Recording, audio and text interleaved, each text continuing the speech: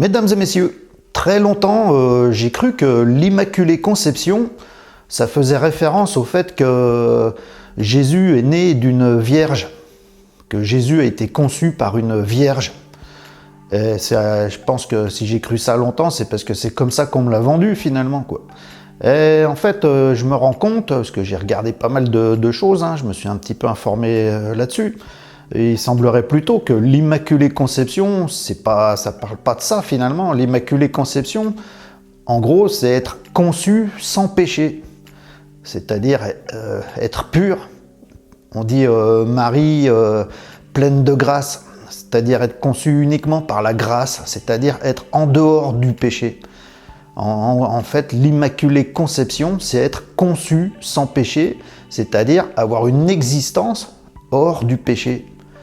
Et si on part de ce principe-là, finalement, Jésus était Immaculée Conception, puisqu'il aurait eu une existence sans péché.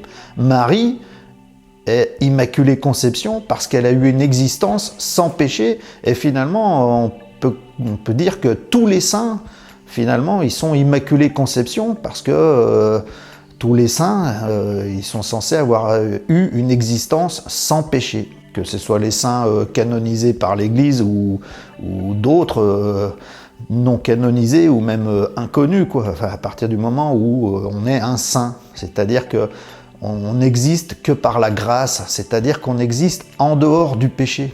On est Immaculée Conception, conçu sans péché. Donc voilà, l'Immaculée Conception, finalement, ça peut être donné à tous, à quelque part, à partir du moment où on devient saint, c'est-à-dire qu'on vit en dehors du péché, on a une existence en dehors du péché. Une existence qui n'est que dans la grâce, finalement, quoi. Partant de là, on a diverses théories au sujet de nos origines. Plein de théories diverses et variées. Des très optimistes jusqu'à des très pessimistes, parce que bon, il y a ceux qui pensent que si on est ici incarné sur Terre, c'est notre propre choix, par exemple c'est notre âme qui décide de programmer une incarnation pour vivre des expériences afin d'évoluer spirituellement. On entend souvent cette théorie, donc selon cette théorie, c'est notre propre choix de nous incarner dans ce monde afin d'expérimenter. Il y a d'autres théories qui disent plutôt qu'on aurait été créé, genre par les Anunnaki ou par les archontes, et que dans ce cas-là, plutôt, c'est pas de notre ressort, on est plutôt victime, et on serait des esclaves de la matrice, des Anunnaki ou des archontes, ou ce qu'on voudra, quoi. Enfin voilà, il y a multiples théories, soit que c'est nous qui choisissons de nous incarner, soit que c'est des entités qui nous auraient créés pour nous mettre en esclavage, ou ceci ou cela, enfin voilà quoi. Moi je pense qu'on n'en a rien à cirer finalement de notre origine, puisque de toute façon, maintenant on est là. Quelle que soit notre origine, qu'on l'ait décidé ou qu'on en soit victime, de toute façon on est là maintenant.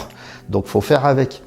Et à partir du moment où on est là, ce qui compte, c'est pas tellement notre origine, mais c'est qui on veut être maintenant, qu'est-ce qu'on veut faire maintenant, quelle responsabilité on prend pour donner des directions à notre existence, pour être souverain de notre existence finalement, pour être dans le libre arbitre, pour choisir quoi, ne pas subir. Et donc, si on choisit tant que possible de vivre en dehors du péché, pour viser l'Immaculée Conception, ne vivre que par la grâce, tout ça, ça doit être un choix finalement délibéré, et puis qui doit être acté. On doit choisir qui on veut être maintenant, qu'est-ce qu'on veut faire maintenant. Ne plus être dans le péché, c'est une pratique, parce que ça demande une concentration permanente, une conscientisation permanente, pour faire les bons choix, à chaque situation, à chaque circonstance, à chaque instant de la vie, quelles que soient les circonstances, les situations, les interactivités avec notre environnement, avec les autres. À chacune de nos pensées, de nos paroles et de nos actions, c'est à nous d'être conscients de qui on est, de ce que l'on veut être, de ce que l'on veut faire, de prendre nos responsabilités et d'agir en conséquence pour vivre dans la sainteté, pour vivre dans la grâce, pour vivre Immaculée Conception. c'est-à-dire d'éviter à tout prix le péché. Alors on n'y arrive pas forcément tout le temps. L'optique, je pense, c'est pas d'être totalement toujours 100% hors du péché, mais en tout cas d'y aspirer très fortement et de œuvrer toujours dans ce sens-là en priorité. Le péché, c'est pas tellement avoir fait le péché. Le péché, c'est surtout s'y adonner consciemment, volontairement finalement, juste par son propre intérêt, hein, pour prendre, pour conquérir, pour ramasser, enfin voilà, pour son propre intérêt, quoi. S'adonner au péché consciemment, ça c'est le péché. Mais on peut des fois pécher sans que ça ait été conscient, parce que c'était pas voulu, c'était pas notre intention. En fait, ce qui compte, franchement, avant l'action en elle-même, c'est l'intention qui anime cette action.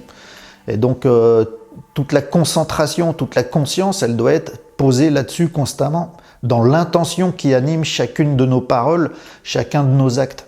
Et si notre intention profonde, primordiale, la numéro 1 qui fait priorité sur absolument tout, ben, c'est de vivre en sainteté, dans la grâce, immaculée conception, eh ben, ça doit être une intention de chaque instant, en conscience, et ça doit être acté, c'est-à-dire que nos paroles, nos pensées, nos actions, elles doivent être avec cette intention, en harmonie avec cette intention. Tout simplement, tout ça pour dire que l'origine, d'où on vient, on n'en a rien à cirer, puisque maintenant, de toute façon, on est là, il faut faire avec. Donc maintenant qu'on est là, qu'est-ce qu'on est, qu'est-ce qu'on veut être et qu'est-ce qu'on fait? Et donc, si on veut être saint, si on veut être dans la grâce, immaculée conception, ça doit être un acte délibéré en répondant à une intention forte et profonde qui fait priorité sur tout. En fait, tous les saints, ils ont choisi d'être saints dans leur existence de tous les jours, par leur comportement. Eux aussi, ils avaient une vie sociale, active, avec leur environnement, avec d'autres. Ils avaient les mêmes problèmes que nous, les mêmes conditions, les mêmes circonstances, et pourtant ils ont été saints parce que ils ont su, avec une intention juste, mener des actions qui ne répondaient finalement qu'à la grâce, en évitant consciemment le péché. En tout cas, en aspirant profondément à éviter le péché. Et c'est ça qui les a rendus saints finalement. Eh ben, je pense que ça nous est donné à tous, ça nous est proposé à tous de le faire, ou pas.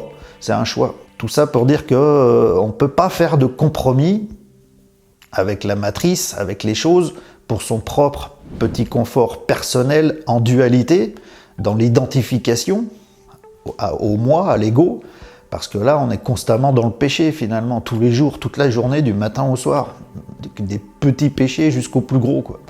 Donc voilà, c'est une prise de conscience profonde qui doit rester une priorité dans notre existence, vivre en sainteté. Même si on a été créé par des Anunnaki, même si on a été créé par des archontes et tout ça, même si on était esclave d'une matrice, je pense pas que ce soit une fatalité et qu'on ne puisse pas en sortir. Tout ça, justement, c'est à nous de le choisir. Est-ce qu'on reste matricé parce que on est dans l'identification en dualité, et puis donc forcément tout est difficile, et puis on est obligé de faire des compromis pour s'en sortir, ou est-ce qu'on veut vivre en sainteté, c'est-à-dire qu'on ne fait aucun compromis avec le péché, on reste dans la grâce, et on fait tout pour y rester, même s'il y a des erreurs, comme je vous le dis, c'est pas le résultat qui compte, c'est surtout l'intention et l'action qui est menée en harmonie avec cette intention. C'est ça qui compte le plus, je pense. Donc voilà, on a le choix de faire tout ça, mesdames et messieurs. Je pense que s'il y a un sens à la vie, finalement, c'est celui-là. Le sens à la vie, c'est pas faire une belle carrière, avoir une belle maison, avoir une belle voiture, se faire un resto de temps en temps, et puis se payer des vacances 1 ou 2 fois par an. Et puis mettre un peu de sous de côté. C'est pas ça le sens de la vie, ça c'est le sens de la matrice. On travaille, on acquiert du patrimoine, et puis on crève et on n'emmène rien. Je pense pas que ce soit un sens très profond à la vie. Le sens profond à la vie, justement, c'est être confronté à tout ça, à toute cette dualité matérielle, et puis malgré ça, d'avoir une intention forte pour vivre dans la grâce, dans la sainteté, Immaculée Conception, et réussir dans ce sens-là. Et je pense que en soi, c'est libérateur. Un saint, il n'a plus peur de mourir, parce qu'il n'aperçoit plus la mort, quoi, finalement. Il n'aperçoit que l'intemporel, la grâce, l'immaculé, tout simplement. Ben voilà, mesdames et messieurs, c'était pour vous inviter à penser à tout ça, comme d'habitude, une simple, humble invitation, hein, comme d'habitude. Moi, je ne donne pas des vérités, je suggère des questionnements, tout simplement, mais chacun en fait ce qu'il veut. Si vous avez des questions, des commentaires, comme d'habitude, ben, avec plaisir sous la vidéo. Et puis, n'hésitez pas, comme d'habitude, hein, pour les algorithmes YouTube, à lâcher le petit pouce qui va bien, pour donner un peu de visibilité à la vidéo et à la chaîne. À vous abonner si vous découvrez cette chaîne par cette vidéo, puis que vous voulez entendre parler essentiellement spiritualité, un petit peu nutrition, un petit peu activité physique, le tout pour un bien-être corps, esprit en unité.